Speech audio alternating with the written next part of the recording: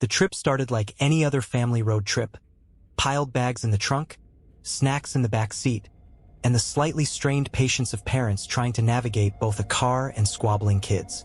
Our GPS had been reliable for most of the drive, guiding us through winding country roads and quaint little towns. But as the sun began to dip lower in the sky, painting the horizon in streaks of orange and pink, we missed a crucial turn. The GPS's calm, robotic voice announced, "Recalculating," with the confidence of a machine that had never been lost a day in its life. My wife, Erin, glanced at me from the passenger seat. "You sure this thing's still working?" she asked, her voice tight with skepticism. "It's fine," I replied, trying to sound more certain than I felt. "We'll just follow the directions and loop back." The kids, Emily, our 8-year-old, and Ryan, who was 13 and firmly in the too cool for family trips phase, barely noticed. Emily was playing some animal-themed game on her tablet, while Ryan had his headphones on, staring blankly out the window. The GPS led us down a narrow, unpaved road that wound deeper into the forest. The tall trees pressed in close, their branches intertwining overhead like skeletal fingers. The road was rough, riddled with potholes and loose gravel, and I slowed the car to a crawl. "This doesn't seem right," Erin muttered, gripping her armrest. "There's no way this is a detour back to the highway." "Just trust it," I said, though I was already second-guessing myself. "It's probably a shortcut." The forest grew denser with every mile. The last vestiges of sunlight barely penetrated the thick canopy, and a chill crept into the car despite the warm summer air. Emily glanced up from her tablet. "Daddy, why's it so dark?" she asked, her voice small. "It's just the trees, honey," Erin reassured her, though I noticed the way her eyes darted to the GPS screen. The signal flickered for a moment, and the little arrow representing our car froze before jumping forward erratically. The GPS voice spoke again, but this time it was strange. The words were garbled, like static filtered through broken speakers. "Turn left in 200 meters." Erin and I exchanged uneasy glances. "Let's turn around," she said firmly. But when I glanced at the screen, I realized something chilling. The map was blank, just an empty grid with no roads or landmarks in sight. I don't know where we'd go," I admitted, my stomach sinking. "Let's keep moving for now. We'll find something, a sign, a house, anything." Erin opened her mouth to argue, but just then, the GPS spoke again. "Proceed. Straight. Ahead." Its tone was lower now, almost guttural. I hesitated for a moment, my hands gripping the steering wheel tight enough to make my knuckles ache. Erin was staring at me, her expression a mix of worry and anger, but I ignored it and inched the car forward. "We don't even know where we are," she hissed. "I know," I muttered. If we turn around now and the GPS is broken, we could end up even more lost." The road narrowed further, branches scraping against the sides of the car with sharp, screeching sounds. Ryan finally pulled his headphones off, his brow furrowed. Why are we in the middle of nowhere?" "We're not in the middle of nowhere," I replied quickly.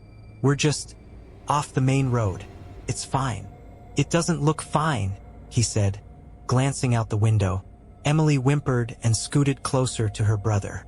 "I don't like it here," she whispered. Erin sighed heavily. "Look, this is ridiculous. Stop the car and let's check the GPS again, or see if we have any cell service." I didn't want to stop. Something about the idea of sitting still in this place made my skin crawl, but I pulled the car to a halt. Erin fished her phone out of her bag, holding it up to search for a signal. "Nothing," she said after a moment, her voice strained. "Not even a bar." Ryan checked his phone and shook his head. "Same. What about yours, Dad?" I dug my phone out of my pocket and stared at the screen. It was the same story, no service, no GPS signal. Just an empty, lifeless display. The silence around us felt heavier now. The kids weren't arguing, Erin wasn't chastising me, and even the faint hum of the car's engine seemed muffled. Outside, the forest loomed, shadowed and still. That's when we heard it. A soft sound, faint but distinct, coming from somewhere deeper in the trees. It was rhythmic, almost like a voice. Low and melodic, rising and falling in a pattern that sent a chill racing down my spine. "Did you hear that?" Erin whispered. "Yeah," I replied, my voice hoarse. Emily whimpered again, pressing herself against Ryan. "What is it?" she asked, her voice trembling. "It's probably just the wind," I said, though even as I spoke, I knew it wasn't true. The sound didn't move like wind through trees. It was too deliberate, too human. Erin reached over and gripped my arm. "Let's turn around," she said. "Now. I don't care what the GPS says." I nodded, throwing the car into reverse. But as I began backing up, the headlights swept across something on the side of the road. It was a figure, a man, or at least something shaped like one. It stood just beyond the tree line, partially obscured by shadows. Its head tilted slightly, as though watching us. I froze. "Did you see that?" I whispered. Erin turned her head sharply, but by the time she looked, the figure was gone. What did you see?" she asked, her voice rising. "There was someone there," I said, my pulse pounding in my ears. "Standing by the trees." Ryan leaned forward, his face pale. "Are you sure?" "Yes, I'm sure." The rhythmic sound started up again, louder this time, echoing through the trees. Erin's hand tightened on my arm. "Go," she said urgently. "Just drive." I shifted into drive, my foot pressing hard on the gas. The car lurched forward, and I gripped the wheel tightly, trying to ignore the way my hands were trembling. Erin kept glancing out her window, her eyes darting to the darkened woods as if expecting the figure to reappear. "Where are we even going?" she demanded, her voice taut. "Anywhere but here," I muttered, my attention locked on the narrow path ahead. The trees seemed closer now, their branches clawing at the car like they wanted to keep us there. The rhythmic sound grew fainter as we put distance between us and the spot where I'd seen the figure, but it didn't disappear entirely. It lingered at the edge of my hearing, unsettling and constant. Ryan shifted in his seat, leaning closer to the front. "What if we just stop and wait until morning?" "No," Erin and I said in unison. "Why not?" he pressed. "It's not like we're getting anywhere." Erin turned to him sharply. "Because whatever's out there, I don't want to meet it in the middle of the night." Emily whimpered again, burying her face against Ryan's arm. "I don't like this, I don't like this, I don't like this," she chanted softly. "It's okay, Ryan said, though his voice wavered. "We're gonna be okay." The road twisted sharply, and I swerved to stay on course. My stomach churned as I realized something. "This isn't the same road," I said aloud. Erin frowned. "What are you talking about?" "Of course it is." "No," I insisted. "That turn back there? It wasn't here before." Her mouth opened, then closed again as she glanced out the window. The realization settled over us like a suffocating weight. The forest didn't just look endless, it was changing. "What do you mean, the road's different?" Ryan asked, his voice tight. "I mean, it's not the same road we've been driving on," I said. "It's like, it's leading us somewhere." "That's insane," Erin said, though her voice lacked conviction. "Is it?" I snapped. "Look around. Does any of this feel normal to you?" No one answered. The car jolted as we hit another deep pothole, and the engine sputtered. My heart dropped. "Don't you dare," I muttered, gripping the wheel tighter. The sputtering grew louder, and then the engine cut out entirely. The car rolled to a stop, the headlights casting a dim yellow glow that barely pierced the oppressive darkness. "Great," Erin said, her voice high and shaky. "Now what?" I tried the ignition again, but the car wouldn't turn over. I pounded the steering wheel in frustration. "Damn it!" Ryan leaned forward, panic in his eyes. "Can't you fix it?" "I don't know what's wrong," I admitted. Emily started crying, her small sobs breaking the heavy silence. Erin turned to her, smoothing her hair. "It's okay, sweetie," she said, though her voice trembled. "We'll figure it out." But as she spoke, we heard something. It wasn't the rhythmic sound this time. It was something closer, moving through the trees with a deliberate, rustling cadence. Footsteps. They were slow, unhurried, like whoever or whatever was out there knew we had nowhere to go. I killed the headlights, plunging us into near-total darkness. "Why did you do that?" Aaron hissed. "To make it harder for them to see us," I whispered. Ryan reached for the door lock, double-checking that it was secure. "Is it that guy you saw before?" "Maybe," I said, though I wasn't sure I believed it. The figure I'd seen earlier hadn't moved like this. These footsteps were too steady, too deliberate. They circled the car now, slow and deliberate, crunching leaves, snapping twigs. Emily's sobs turned to muffled hiccups as she pressed herself into Aaron's side. "Everyone stay quiet," I whispered. The footsteps stopped. For a moment, all we heard was our own breathing, ragged and shallow. Then came a new sound, a sharp, deliberate tap against the car window. The sound of the tap against the window froze us all. It wasn't frantic or random. It was deliberate. Tap, tap, tap. The rhythm was maddening, as if whoever or whatever was outside wanted to let us know they were in no hurry. "Who's out there?" Ryan whispered, his voice trembling. "Shoo!" Aaron hissed, clutching Emily tighter. The tapping moved, sliding along the passenger side of the car as though a finger, or something like it, was dragging along the glass. I strained my ears, trying to pinpoint the source, but the darkness outside was so complete it felt like a living thing. "Can you see anything?" Aaron whispered, barely audible. "No," I muttered. "Nothing." Then, as suddenly as it started, the tapping stopped. The silence that followed was worse, oppressive and electric, as though the air itself were holding its breath.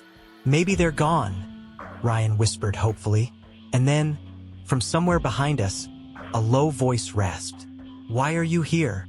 The words cut through the silence like a blade, sending a cold spike of fear through my chest. The voice was wrong, too low and gravelly, with an odd cadence that didn't quite match human speech. Emily whimpered, and Aaron clapped a hand over her mouth to stifle the sound. "What do we do?" Aaron mouthed, her eyes wide with terror. I shook my head, my mind racing. If we tried to run, we'd have to leave the car, and there was no way I was taking my family into the woods. But staying here felt like waiting for the inevitable. "Answer me." The voice was closer now, pressing against the thin barrier of the car. I swallowed hard and forced myself to speak. "We're lost," I said, my voice trembling. "We just want to leave."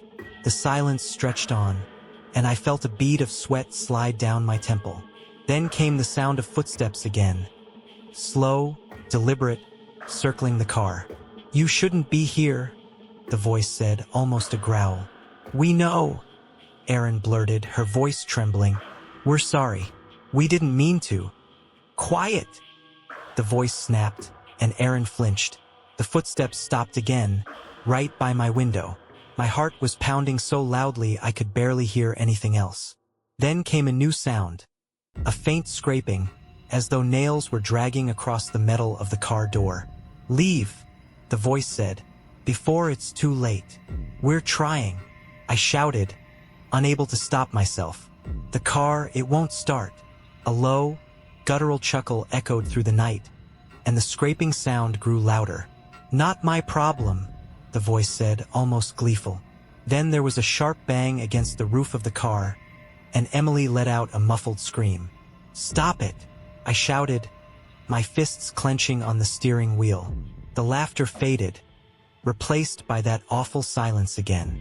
I glanced at Erin, her face pale and tear-streaked in the dim glow of the dashboard lights. "What do we do?" Ryan whispered, his voice barely audible. Before I could answer, the car lurched violently, as though something had struck it from the side. Emily screamed, and Ryan grabbed her protectively. Erin clutched my arm, her nails digging into my skin. "We can't stay here," she said, her voice shaking. "We have to run." "Into the woods?" I asked, my voice rising. "With that out there?" The car rocked again, harder this time. A loud, inhuman roar split the air, echoing through the trees. It was unlike anything I'd ever heard, deep and guttural, filled with rage and hunger. Erin looked at me, her eyes pleading. We don't have a choice. The car rocked again, harder this time, and I felt the tires shift against the loose gravel. Whatever was out there wasn't playing games anymore. Erin grabbed my arm, her voice breaking. John, we can't stay, she cried. I glanced back at the kids. Emily sobbing into Ryan's chest, and Ryan staring at me with wide, terrified eyes. He looked so much younger than 13 in that moment, clutching his sister like she was the only thing keeping him anchored. I made the call. Everybody out. Now. No, Ryan shouted. We're safer in here. We're not safe anywhere. I snapped, throwing the door open. The cold night air hit me like a slap, sharp and biting. The forest seemed even darker outside the car, the towering trees stretching endlessly in every direction. Erin slid out after me, pulling Emily with her, while Ryan hesitated, frozen by fear. Come on, Ryan, I barked. He finally moved, practically dragging himself out of the car. We huddled together, the four of us, as I scanned the forest for any sign of movement. The sound of the woods surrounded us, branches creaking, leaves rustling, and somewhere in the distance, that rhythmic tapping, now echoing like a heartbeat. What do we do? Erin whispered, her breath visible in the cold. I pointed to a narrow gap between the trees. We run. Stick together, stay quiet, and don't stop. Emily clung to Erin's hand as we started moving, our footsteps crunching softly against the forest floor. Every sound seemed amplified in the oppressive silence, and I felt like we were screaming with every step. Behind us, the car groaned as something heavy landed on the roof. I didn't dare look back. What if it follows us? Ryan asked, his voice shaking. Don't think about that, I said, though my own fear was clawing at me. The woods were a labyrinth, each turn looking the same as the last. The trees seemed to lean closer as we moved, their branches forming jagged shapes that reached out like claws. My sense of direction was gone. I had no idea if we were heading towards safety or deeper into the nightmare. Then came the sound of footsteps again, heavy and deliberate, crashing through the underbrush. It was faster now, closing the distance between us. It's coming, Erin cried, her voice breaking. Keep running, I shouted, grabbing Emily's other hand to help her keep up. The footsteps grew louder, accompanied by that guttural growl we'd heard earlier. It wasn't just chasing us, it was hunting us. Emily tripped, her small body hitting the ground with a thud. She screamed, and Erin dropped to her knees, frantically pulling her up. I've got you, Erin sobbed, dragging Emily into her arms. I turned, just for a moment, and saw it. A massive, hulking figure stood just at the edge of the trees. Its form was indistinct, shrouded in shadows, but its eyes burned with a sickly yellow glow. It didn't move like a person. Its motions were jerky, almost insect-like, as it tilted its head to watch us. Run, I shouted, grabbing Erin's arm and hauling her to her feet. The thing let out another roar, a sound so loud and unnatural it felt like it shook the ground beneath us. We bolted, running faster than I thought possible. Emily clung to Erin, her sobs muffled against her shoulder. Ryan stayed close behind me, his breathing ragged but steady. The footsteps crashed after us, gaining ground with terrifying speed. Then we saw it, a faint light cutting through the trees. It was distant, flickering like a dying flame, but it was the first sign of hope we'd had all night. This way, I shouted, steering us toward the light. Erin didn't argue, and we barreled through the underbrush, ignoring the branches tearing at our clothes and skin. The growls behind us grew louder, and I could hear the creature's heavy breaths now, its presence pressing against my back like a storm ready to consume us. We broke through the tree line, and suddenly the ground dropped out beneath us. The fall wasn't far, just enough for the ground to yank our feet out from under us and send us tumbling down a rocky incline. Erin managed to shield Emily as they went, curling her body protectively around our daughter. Ryan let out a sharp cry as he hit a jagged rock, but he kept rolling, his momentum carrying him to the bottom. I landed hard on my side, the impact knocking the wind out of me. For a moment, I lay there, stunned and disoriented. The world felt muted, a distant blur of pain and panic. Then I heard it, the roar, closer now, reverberating through the trees above us. "Everyone okay?" I gasped, struggling to my feet. Erin groaned, her arms still wrapped around Emily, who was sobbing uncontrollably. "We're fine," she said, though her voice was strained.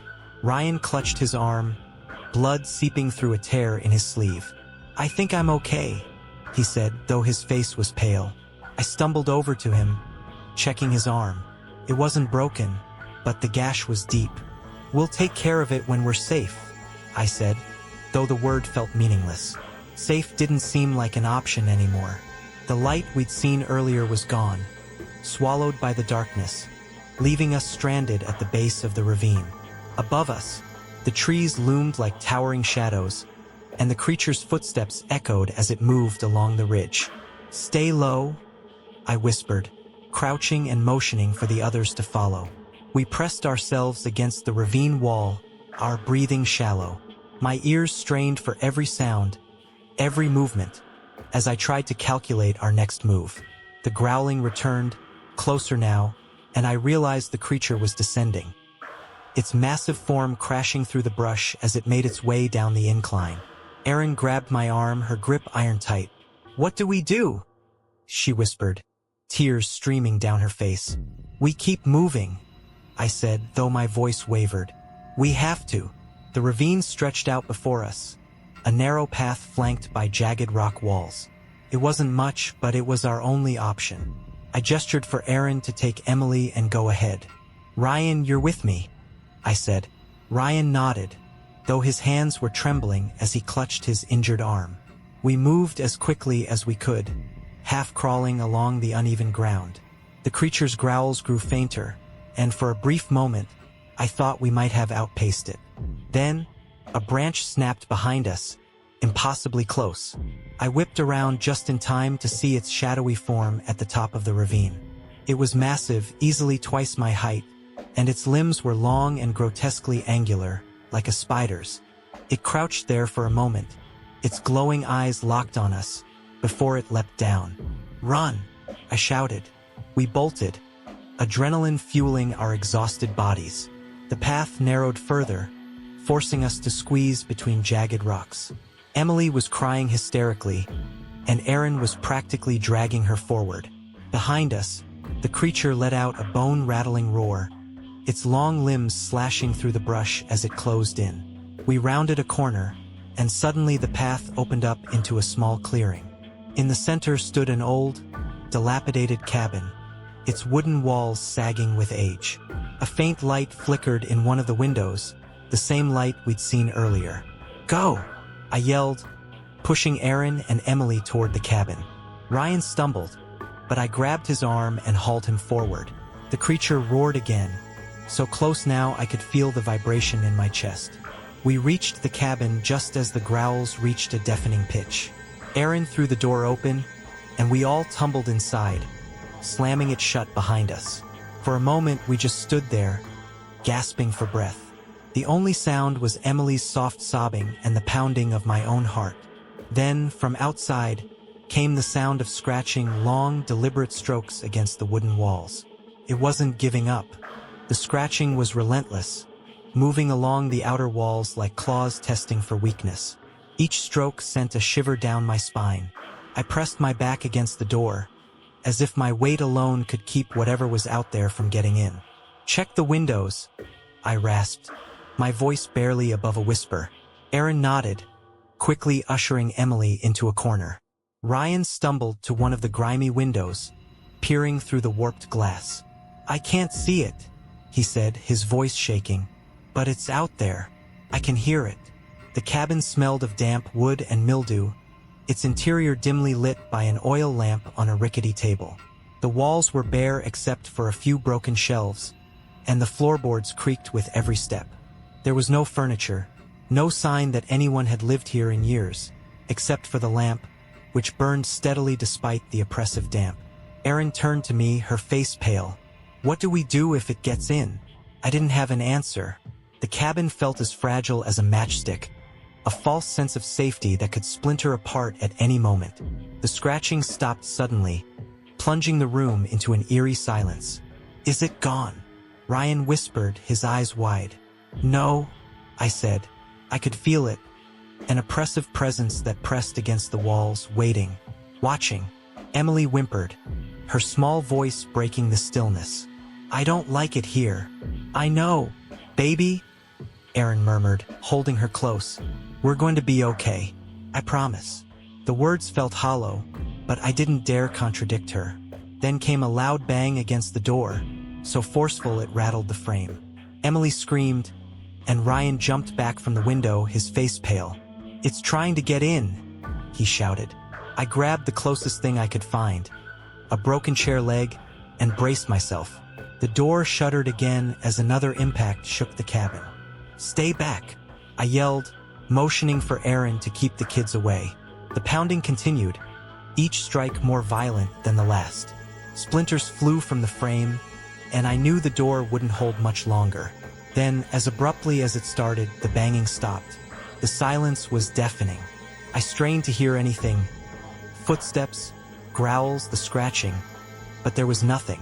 "Is it gone?" Erin whispered, her voice barely audible. Before I could answer, a deep, guttural voice echoed from just outside the cabin. "You can't hide." The words sent a chill racing down my spine. They were low and raspy, with an unnatural edge that made my stomach turn. Ryan clutched my arm. "What is it?" "I don't know," I admitted, my voice trembling. The voice came again, louder this time, and it seemed to echo from all directions. "You shouldn't have come here." Erin's grip on Emily tightened, and I could see the tears streaming down her face. Ryan was shaking, his injured arm cradled against his chest. The oil lamp flickered suddenly, the light dimming for a moment before steadying. And then we heard it, a slow, deliberate creak from above. The ceiling. My heart stopped as I looked up. The sound was unmistakable.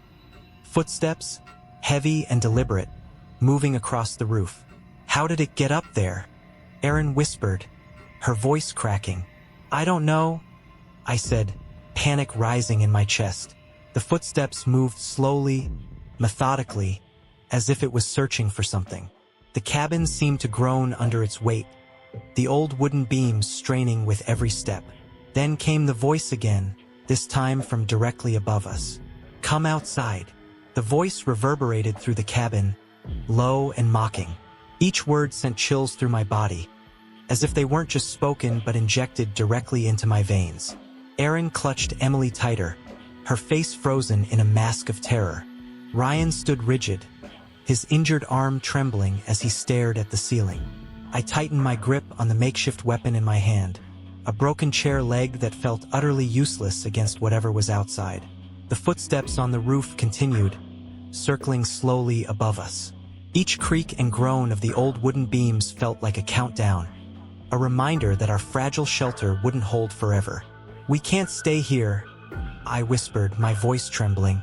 "It's playing with us." Erin shot me a panicked look. "And go where?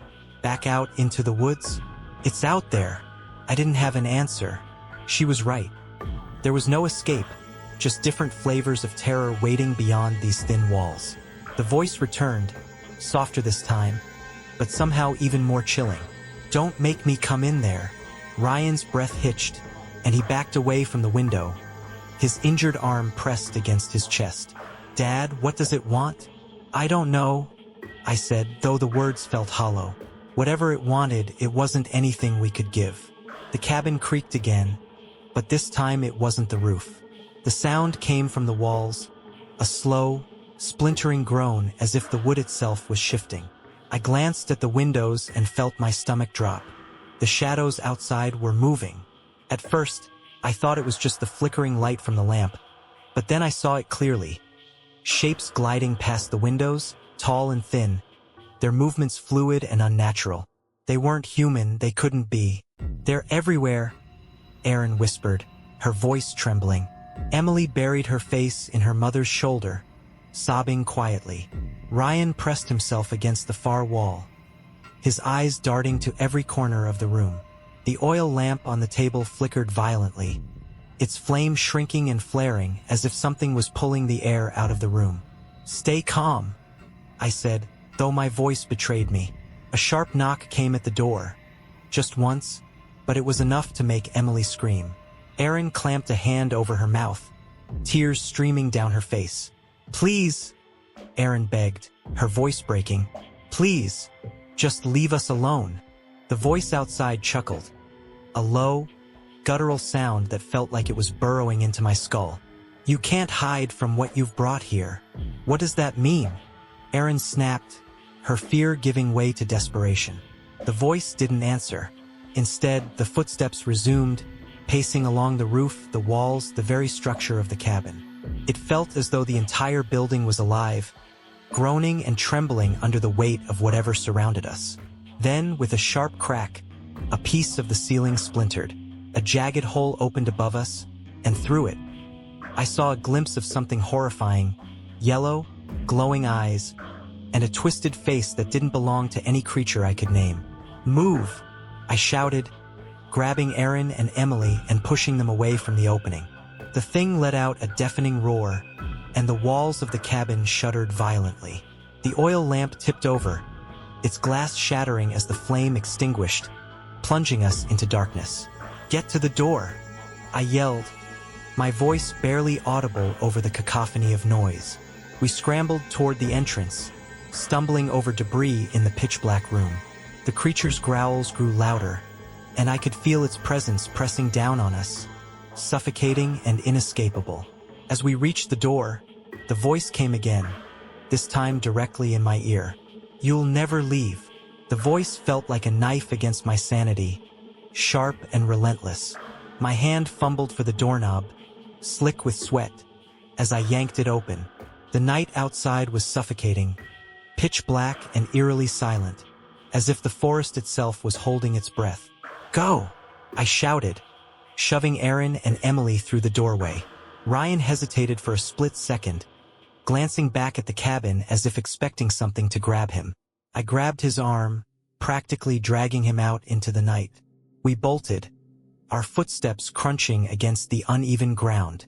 Behind us, the cabin groaned one last time, and then came a sound I'll never forget. A deafening crash, followed by an unholy roar that seemed to vibrate through my chest. I glanced back, just for a moment.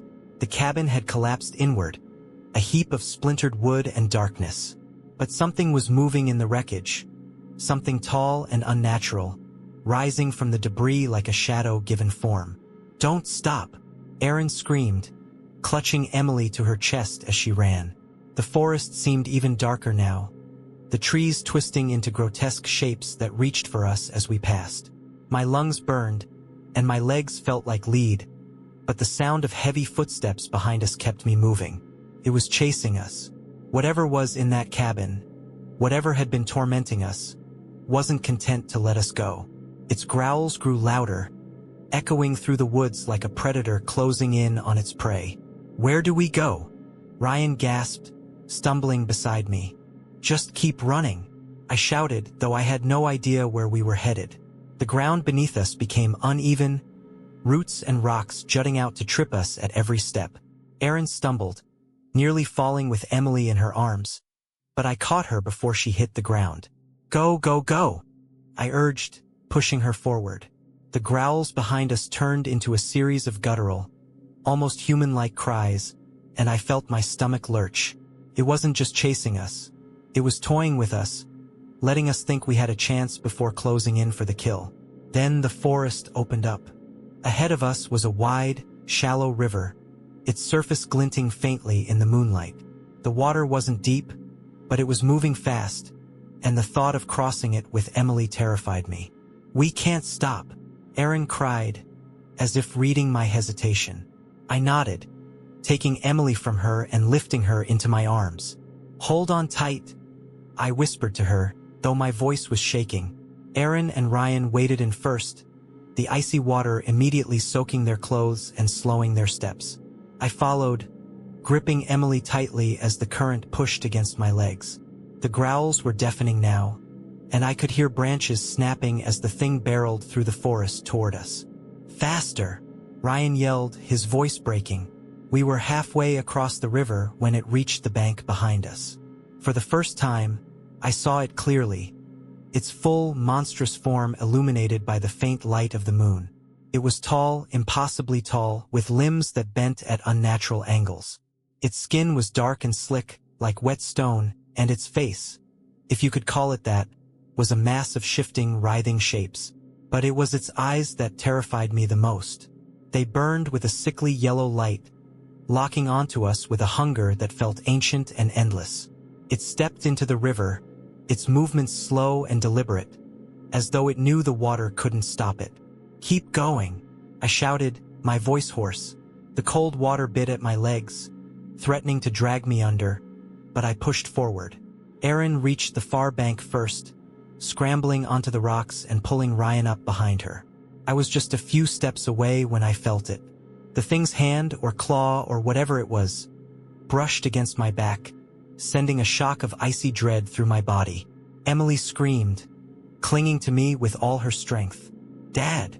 Ryan shouted, reaching for me. With a final burst of strength, I lunged forward, falling onto the riverbank as the creature let out an ear-splitting roar behind me.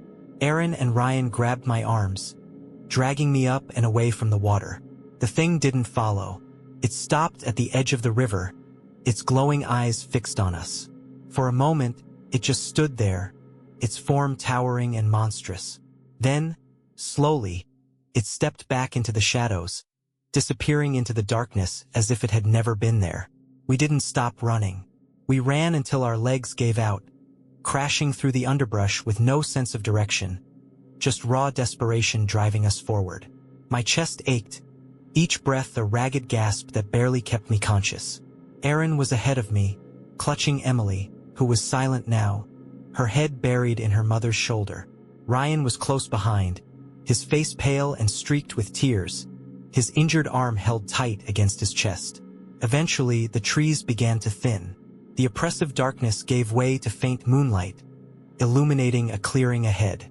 I could see the faint outline of a road, paved and familiar, the kind of road that belonged to the world we'd left behind hours ago. "Almost there?" I choked out, though I wasn't sure if I was reassuring them or myself. We stumbled into the clearing, collapsing onto the asphalt. The sudden openness felt surreal after the suffocating closeness of the forest. The air was still cold, but it carried the faintest promise of safety. Ryan dropped to his knees, trembling. Did we lose it?" he asked, his voice barely audible. I turned back toward the tree line, my heart still pounding in my chest. The forest loomed in front of us, dark and impenetrable, but silent now. There were no growls, no footsteps, no glowing eyes watching us from the shadows. "I think so," I said, though the words felt fragile. Erin sank to the ground beside me, clutching Emily tightly. "What was that?" she whispered, her voice raw. "I don't know," I admitted, "but we're out. That's all that matters." Ryan looked at me, his expression a mixture of relief and disbelief. "We're safe." "Yeah," I said, though I couldn't shake the feeling that we were anything but. The road stretched out before us, empty and quiet. There were no headlights, no distant hum of cars, just an eerie stillness that felt wrong somehow. "We need to keep moving," I said, forcing myself to my feet. My legs felt like they were made of lead, but I couldn't let us stop now. Erin nodded, pulling herself up with Emily still in her arms. Ryan stood slowly, wincing as he moved his injured arm. We began walking, following the road with no idea where it led. The forest pressed close on either side, and I couldn't shake the feeling that we were being watched. Every rustle of leaves, every snap of a twig made my pulse quicken. Hours seemed to pass as we walked, though it could have been minutes. Time felt meaningless out here. Then, finally, we saw it, headlights faint in the distance. "Look!" Erin cried, her voice breaking with relief. The lights grew closer, and soon a car appeared, its engine a low hum that felt like salvation. I stepped into the middle of the road, waving my arms frantically. The car slowed, pulling to a stop in front of us. The driver, a middle-aged man with a kind face, rolled down his window. "You folks okay?" he asked, his voice tinged with concern. "We're lost," I said, my voice cracking. "Please, we need help." "Of course," he said, opening his door and stepping out. "You're miles from anything out here. Hop in. I'll take you to the nearest town." Erin let out a shaky sob, clutching Emily tighter as she climbed into the car. Ryan followed, and I slid into the front seat, my entire body trembling with exhaustion. As the car pulled away, I glanced back at the forest. It seemed so ordinary now, just a dark stretch of trees receding into the distance. But deep down, I knew we hadn't escaped it entirely. Even now, days later, I can't shake the feeling that something followed us out of those woods. At night, I wake to the faint sound of scratching at the windows, and sometimes, when the wind blows just right, I hear that voice again, low and guttural, whispering from the shadows. "You'll never leave."